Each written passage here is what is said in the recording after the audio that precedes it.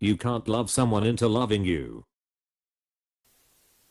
Reminder, please review our rules, especially rule 4, no broad generalizations, e.g., all women are X, and do I speak from specific personal experiences when giving advice. No victim blaming. This is a default message. Your post has not been removed. I'm a bot, and this action was performed automatically. Please contact the moderators of this subreddit, /message/compose/to equals /r/dating if you have any questions or concerns.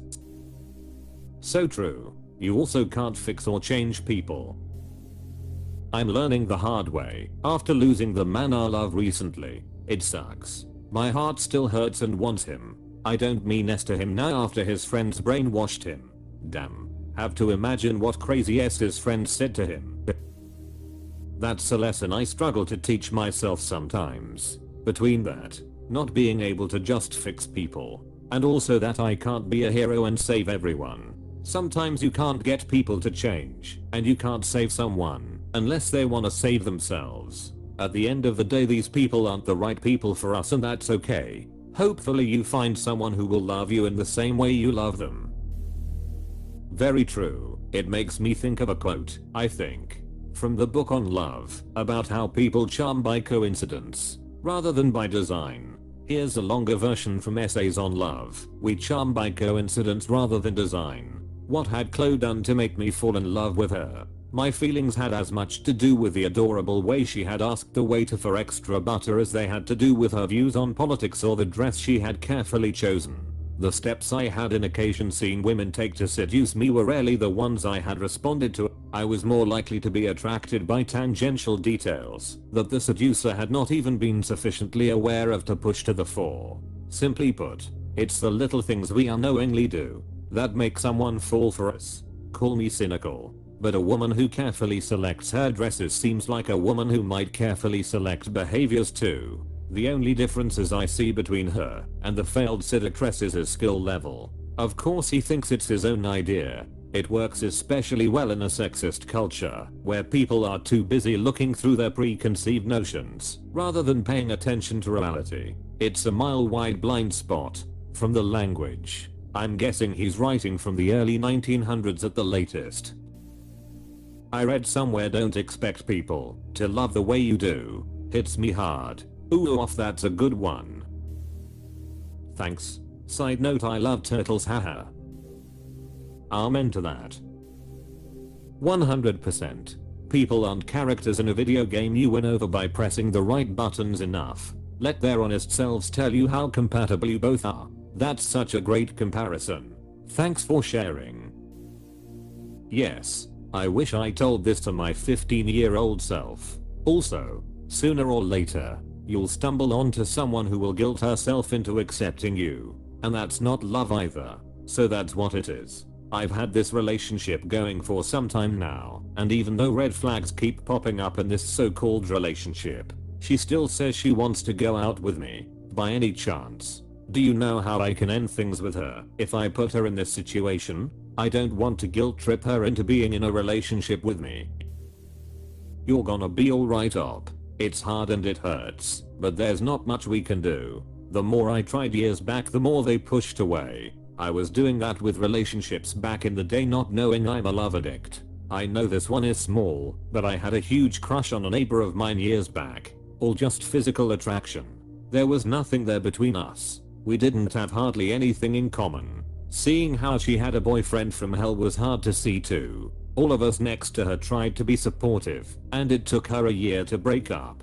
Back then I was wanting her to notice me, but there was nothing there. I also respect relationships, and don't interfere with that. I was just crushing on her. I finally learned I can't make her like me, no matter what I tried. I didn't go all in like I used to, but I was always infatuated with her. I didn't go out of my way to impress her, like I would with previous women. She's now remarried, and I hope her and her daughter are doing very well. That's a great attitude to have, and thanks for sharing your story about your neighbor. Infatuation is such a strong feeling, but I find that the feeling fades with time. I also wish people well, but I also have moved on with my own life. Right there with ya. You sound like you're doing well, and that's the best way to be. To take care of yourself first. Also something I finally learned during all of 2020. Wishing you all the best. Nope. Not even if that person physically shows they do indeed like you more than they say. They are just using you. Pay attention to the times you are not physically together. Those will mean more. Amen.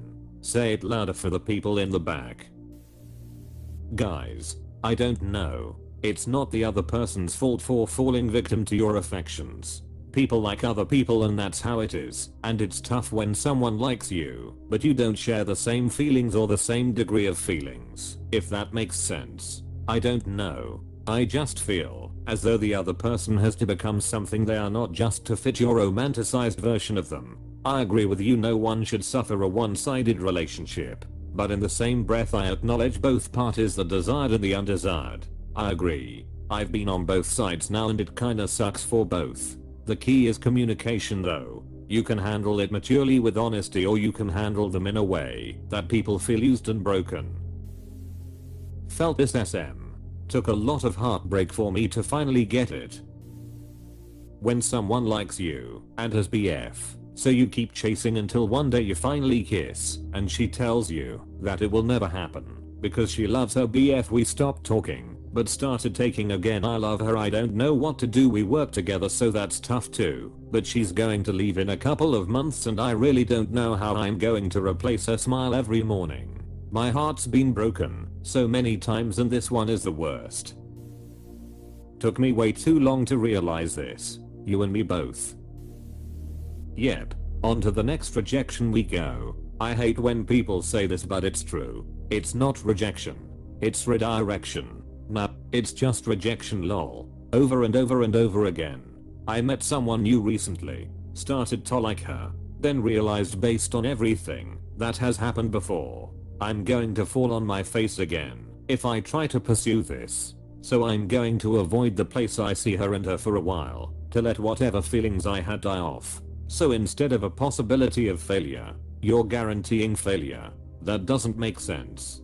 Do you have a therapist? It does make sense. How many times do you make the same mistake before you correct yourself and do something else? I have tried this before. It always fails. I'm learning and maturing to the point that I can predict failure before it strikes and avoid it. If you're paying someone to tell you otherwise, that makes no sense.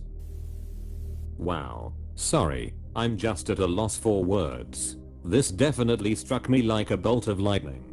I hope that's a good thing. Or maybe it's like a rude awakening. It's both TBH. But it's okay. I'm working hard to better myself every day. Yay, I'm happy to hear that. Needed to be reminded of this today. Thanks. You're welcome. Ain't that the truth?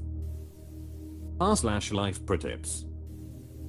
I think this can sometimes be an issue of different love languages. Someone can love you, but show it in a completely different way than what you might realize or crave. It's important to talk to your partner about what you want and need from them, like more physical touch, more random romantic gestures, etc. If after a conversation you do not see an attempt or improvement, then that is when you have to worry.